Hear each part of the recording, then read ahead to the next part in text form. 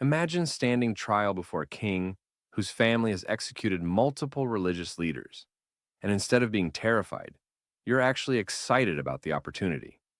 That's exactly what we're diving into today with one of history's most dramatic courtroom scenes. The historical context here is fascinating. We're talking about King Agrippa, whose grandfather beheaded John the Baptist and whose father executed James the Apostle. Talk about a tough crowd for the Apostle Paul. Well, what makes this so compelling is how Paul handles it. Here he is in chains, speaking to this packed auditorium of Roman commanders and VIPs, and he's completely in his element. Hmm. And the psychological dynamics must have been incredible. How does someone maintain that kind of composure when their life is literally on the line? You know what's really interesting? Paul actually uses his past as this ultra Orthodox Pharisee to build credibility.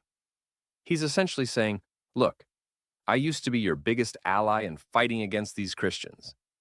That's exactly what makes his testimony so powerful. He's not some outsider trying to convince them. He's someone who had every reason to reject this new movement, but couldn't deny what he experienced. And let's talk about that experience, this dramatic moment on the Damascus Road. The way Paul describes it, there's this light brighter than the Mediterranean sun. Everyone falls to the ground.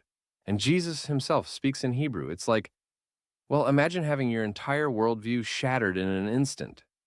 The way he presents it is so compelling, too.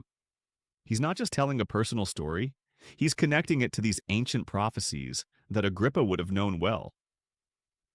Right, and then we get this incredible moment where Festus, the Roman governor, just can't take it anymore. He literally interrupts Paul's testimony, shouting that all this learning has driven him insane. Well, the way Paul responds is just masterful, so calm, so reasoned. He basically says, these aren't hidden mysteries we're talking about. These events happened in public where anyone could verify them.